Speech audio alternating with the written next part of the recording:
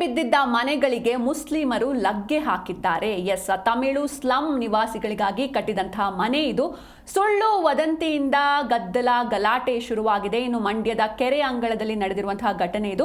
ಆಸ್ಪತ್ರೆ ಸ್ಲಂ ವಾಸಿಗಳಿಗೆ 576 ಮನೆಯನ್ನ ನಿರ್ಮಾಣ ಮಾಡಲಾಗಿತ್ತು. 27 ಕೋಟಿ ರೂಪಾಯಿ ವೆಚ್ಚದಲ್ಲಿ ಸರ್ಕಾರ ಈ 576 ಮನೆಗಳನ್ನ ನಿರ್ಮಾಣ ಮಾಡಿತ್ತು.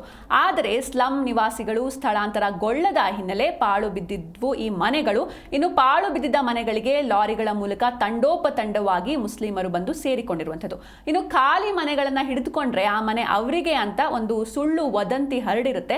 ಈ ಸುಳ್ಳು ವದಂತಿಯನ್ನ ನಂಬಿ ಖಾಲಿ ಇದ್ದ ಮನೆ ಬಾಗಿಲ ಮೇಲೆ ಕುಳಿತು ಜಾಗವನ್ನ ಹಿಡಿದುಕೊಂಡಿದ್ದಾರೆ ಮುಸ್ಲಿಮರು. ನಮಗೆ ಮನೆ ಇಲ್ಲ, ಹೀಗಾಗಿ ಖಾಲಿ ಇರುವ ಮನೆ ಜಾಗ ನಾವು ಹಿಡಿದುಕೊಂಡಿದ್ದೇವೆ ಅಂತ ಮುಸ್ಲಿಂ ಸಮುದಾಯದ ಜನರು ಹೇಳ್ತಾ ಇರುವಂಥದ್ದು. ಇನ್ನು ಸ್ಥಳಕ್ಕೆ ಮಂಡ್ಯ ಪೊಲೀಸರು ಭೇಟಿಯನ್ನ ನೀಡಿದ್ದಾರೆ. ಸ್ಥಳದಲ್ಲಿ ಜಮಾಯಿಸಿರುವ ಜನರ ಜೊತೆ ಮಾತುಕತೆಯನ್ನ ನಡೆಸಿದ್ದಾರೆ.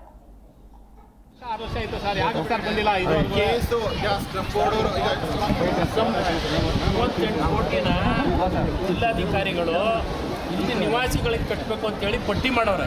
ಯಾರ್ಯಾರು ಇಲ್ಲ ತರಬೇಕು ಏನೇ ಎಲ್ಲವೂ ಮಾಡಿದ್ದಾರೆ. ಇವತ್ತು 38 ಕೋಟಿ ಸಾರ್ವಜನಿಕರು ತೆರಿಗೆ ಹಣ, ಅದು ಆ ತೆರಿಗೆ ಹಣವನ್ನು ಜನರಿಗೆ ಉಪಯೋಗ ಆಗಬೇಕು ಅಂತ ಮಾಡಿರ್ತಕ್ಕಂಥದ್ದು.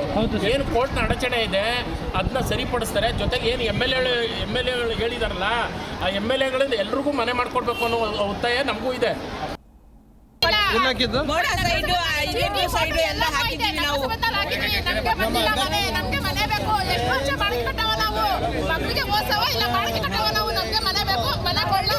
ಅದಕ್ಕೆ ನೀವು ಇಲ್ಲಿಗೆ ಮನೆ ಇಟ್ಕೊಳ್ತಾ ಇದ್ದೀರಾ? ಬಂದು ಯಾರೋ ಬರ್ತಾರೆ ಅಂತ ಅವರು ಮನೆ ಕೊಟ್ಟಾರೆ. ನಾವು ಬಾಡಿಗೆ ಕಟ್ತಾ ಇರೋರಿಗೆ ನಮ್ಗೆ ಮನೆ ಕೊಟ್ಟಿಲ್ಲ. ನಾವೇ ಬಿಡವ, ನಾವು ಇರೋದೇ ಇಲ್ಲಿ, ನಾವು ಇರೋದೇ ಇಲ್ಲಿ. ಆಮೇಲೆ ಬರ್ಲಿ, ಯಾರು ಬರ್ತಾರೆ? ಯಾವಾಗ ಕರ್ಕೊಂಡ್ ಬರ್ತಾನೆ, ಎಲ್ಲ ಹೋಗ್ತಾನೆ. ನಾವು ಮನೆ